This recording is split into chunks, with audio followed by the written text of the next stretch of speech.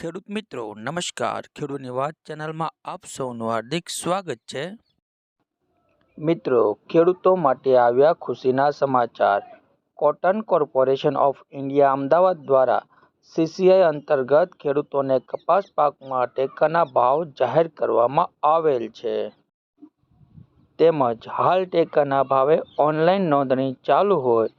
આ વિડીયોમાં આગળ આપણે આ અંગે સંપૂર્ણ માહિતી મેળવીશું, તો વિડીયોના અંત સુધી બન્યા રહેજો.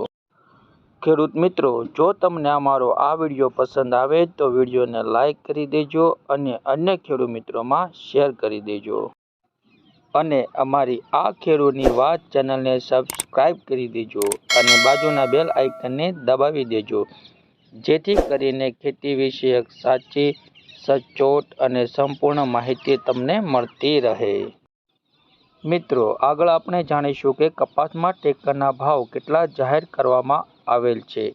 ટેકાના ભાવે નોંધણી ક્યાં કરવી અને કેવી રીતે કરવી, ઓનલાઈન નોંધણી કરવા માટે કયા કયા ડોક્યુમેન્ટ જોઈએ અને ઓનલાઈન નોંધણી કર્યા બાદ ડોક્યુમેન્ટ ક્યાં જમા કરાવવા, આ અંગેની સંપૂર્ણ માહિતી આગળ આપણે મેળવીશું.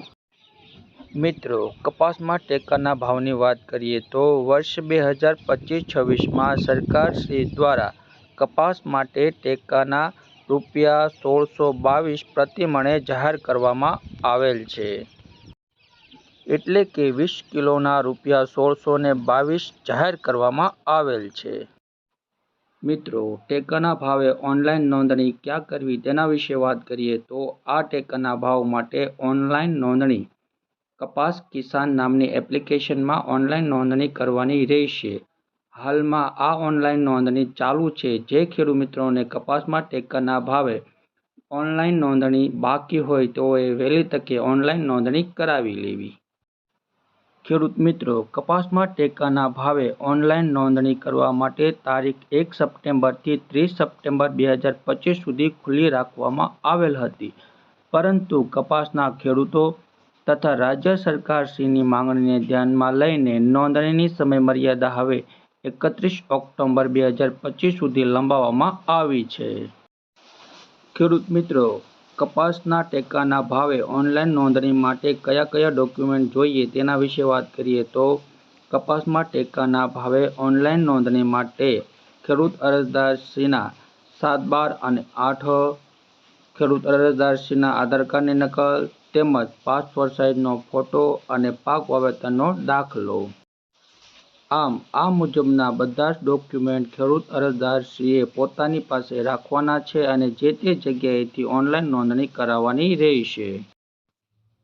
મિત્રો, ઓનલાઈન નોંધણી થઈ ગયા બાદ ખેડૂત અરજદારશ્રીને એક બારકોડ નંબર આપવામાં આવશે, જે ખેડૂતે સાચવીને રાખવાનો રહેશે. અને આ જણાવ્યા મુજબના તમામ ડોક્યુમેન્ટ ખેડૂતે તેની પાસે રાખવાના રહેશે. ત્યારબાદ સીસીઆઈ દ્વારા ખેડૂત અરજદારશ્રીને ફોન કે મેસેજ દ્વારા આગળની પ્રક્રિયા માટે તમને જણાવવામાં આવશે, જેની વધુ માહિતી તમને ત્યાંથી જણાવવામાં આવશે. તો મિત્રો, હાલ માટે આટલું જ. મળીશું નવી માહિતી સાથે નવા વિડીયોમાં. જો તમને અમારો આ વિડીયો પસંદ આવ્યો હોય તો વિડીયોને લાઈક કરી દેજો અને વધુમાં વધુ ખેડૂતોને શેર કરી દેજો, જેથી કરીને મહત્વની અને ઉપયોગી માહિતી તમામ ખેડૂતો સુધી પહોંચી શકે અને તમામ ખેડૂતો આ અંગેનો લાભ લઈ શકે. અને અમારી આ ખેડૂતની વાત ચેનલને સબસ્ક્રાઈબ કરવા વિનંતી.